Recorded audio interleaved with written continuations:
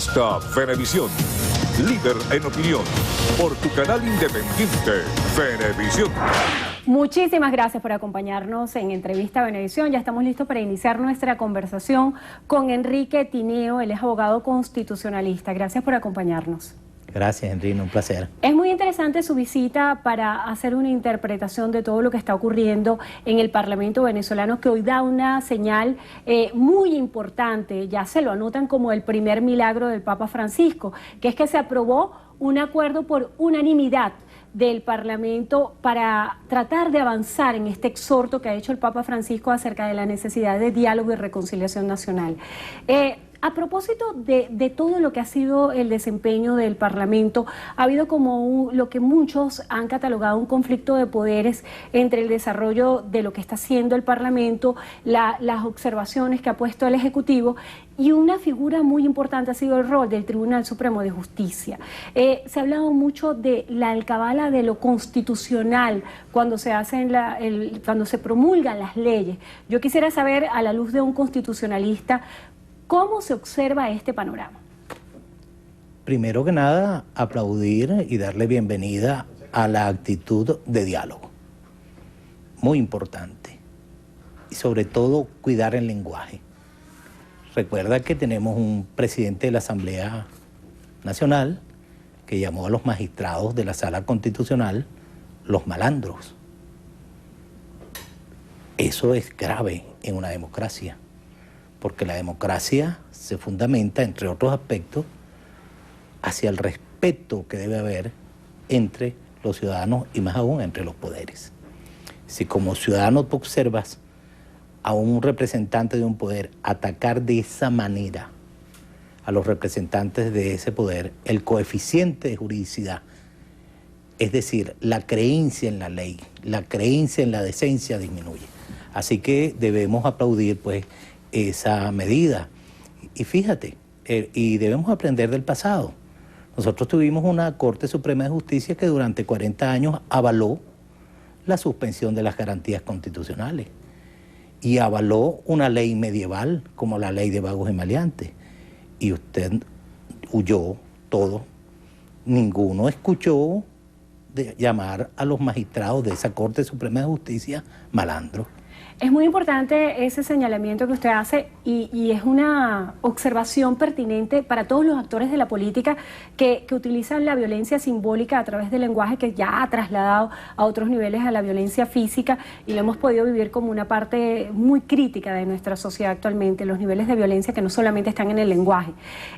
Usted hace un señalamiento de que el Tribunal Supremo de Justicia, en declaraciones anteriores, actúa apegado a la autonomía de los poderes. Sin embargo, ha habido muchas observaciones que apuntan a que el Tribunal Supremo de Justicia obedece a intenciones políticas. ¿Existe una agenda política detrás de cada una de las decisiones del Tribunal Supremo de Justicia? En todos los tribunales constitucionales, en todas las Cortes Supremas de Justicia, en todas las salas constitucionales, hay un ingrediente político en sus decisiones, porque toman en cuenta los valores de la sociedad y los valores que constituyen a los estados, y muchos de esos valores son de carácter político. Por ejemplo, la justicia es un valor de carácter político y religioso. La justicia se debe preservar en todas las leyes. No puede ser que se redacte una ley que elimine la justicia. Eso es lo que se conoce como normas pétreas. Se le dicen pétreas porque se usa la metáfora de que están hechas en piedra y son inmodificables, inamovibles.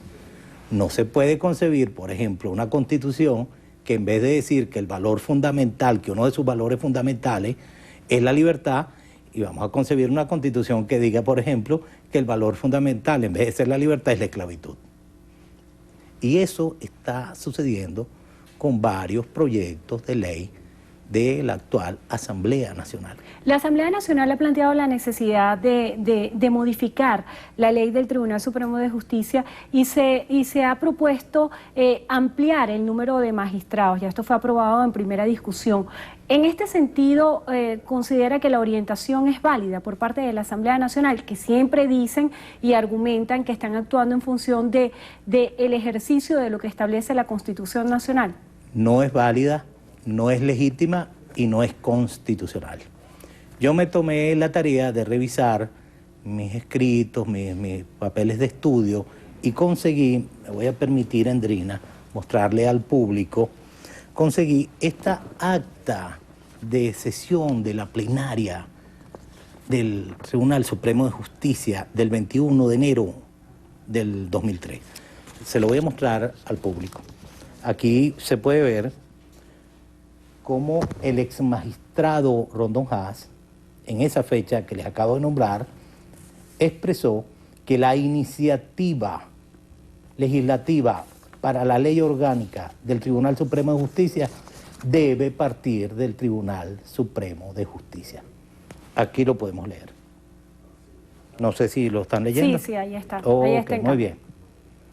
Entonces, eso a la luz eso de es así, esto, Andrina, porque el ordinal cuarto del artículo 204 de nuestro texto fundamental señala de manera taxativa, es decir, obligatoria, sin lugar a dudas, que quien debe tener la iniciativa para presentar una ley del Tribunal Supremo de Justicia es el propio Tribunal Supremo de Justicia. De tal manera que ese proyecto de ley de la actual Asamblea Nacional carece de validez porque no tiene legitimidad para hacerlo. Y es lo que los abogados conocemos como desviación de poder.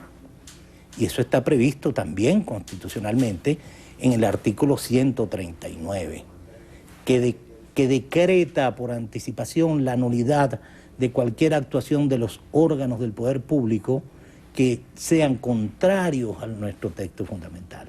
Entonces es importante, Andrina, es importante apegarse a la Constitución, porque la Constitución es la tabla de salvamento fundacional del Estado democrático y social de derecho y de justicia.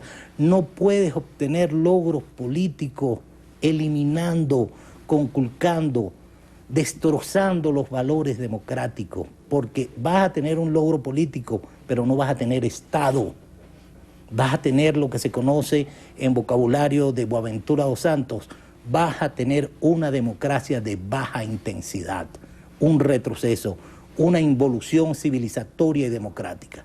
En ese sentido, cuando hace referencia a esa premisa de desviación de poder, el presidente de la República, Nicolás Maduro, ha dicho que, por ejemplo, refiriéndose puntualmente a la ley de amnistía, que esa ley no pasará por Miraflores. Muchos venezolanos nos preguntamos, ¿qué va a pasar en un país donde la Asamblea legisla, el Ejecutivo dice que esas leyes de alguna forma están alejadas de la Constitución? En la práctica, ¿qué es lo que va a pasar? Y si constitucionalmente el presidente de la República tiene esa autoridad para de alguna forma decir o no avalar las leyes que apruebe la Asamblea Nacional. Estamos viviendo un momento histórico en la democracia venezolana que es delicado, porque se están realizando actos repetitivos, sistematizados, de buscar la eliminación de los valores democráticos.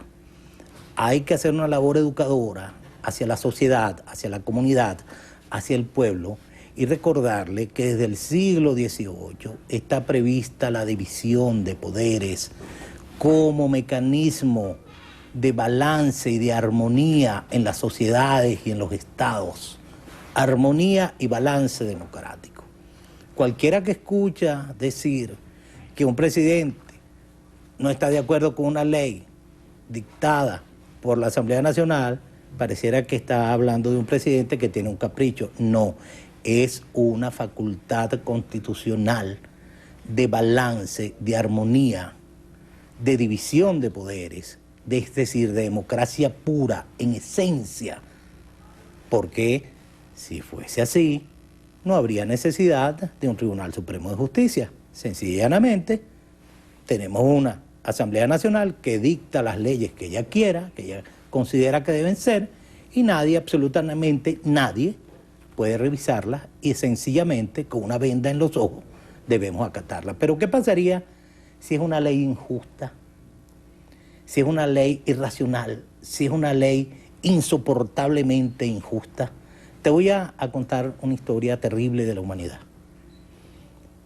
Eichmann, el monstruo del nazismo, el hombre que materializó el holocausto nazi, su argumento de defensa ante el tribunal de Nuremberg fue que él estaba cumpliendo con las leyes, que él únicamente era un simple burócrata que cumplía con la ley. Y ya la doctrina norteamericana sabia había alertado sobre eso. Y se dijo, debemos cuidar al ciudadano de los demás ciudadanos y de los poderes, pero también debemos cuidarlo de las leyes, porque las leyes pueden ser caprichosas, irracionales o injustas. Y allí es donde está el balance, y eso es lo que justifica la facultad de veto que tiene el ciudadano presidente de la República para con las leyes emanadas de la Asamblea Nacional. La historia que nos relató nos recuerda también a Hobbes cuando habla de que a veces el hombre es el lobo del hombre. También la ley de referéndum se va a sancionar la próxima semana. ¿Qué observaciones tienen en este sentido brevemente? Porque ya se nos está agotando el tiempo. En todos los países democráticos donde hay control constitucional sobre las leyes, existe lo que se llama test de compatibilidad constitucional. Es un test que hacen los tribunales supremos o salas constitucionales y verifican. Ese test está compuesto de 3 supuestos. El primer supuesto, que la ley no sea contraria a la Constitución. El problema de la ley de referendo es que la Constitución establece que debe ser aprobada por mayoría calificada, las 2/3 partes, y no fue aprobada por la mayoría calificada. Ya allí, el primer paso del test de compatibilidad constitucional no lo aprueba esa ley.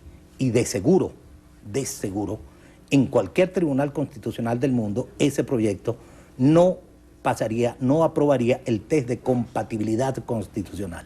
Se nos agotó el tiempo, quedaron varios temas pendientes, es la excusa perfecta para tenerlo de vuelta aquí en Entrevista Venevisión. Le damos las gracias a Enrique Tinedo, él es abogado constitucionalista. Gracias por estar con nosotros hoy en Entrevista Venevisión, y gracias a ustedes también por habernos acompañado. Que tengan todos feliz tarde.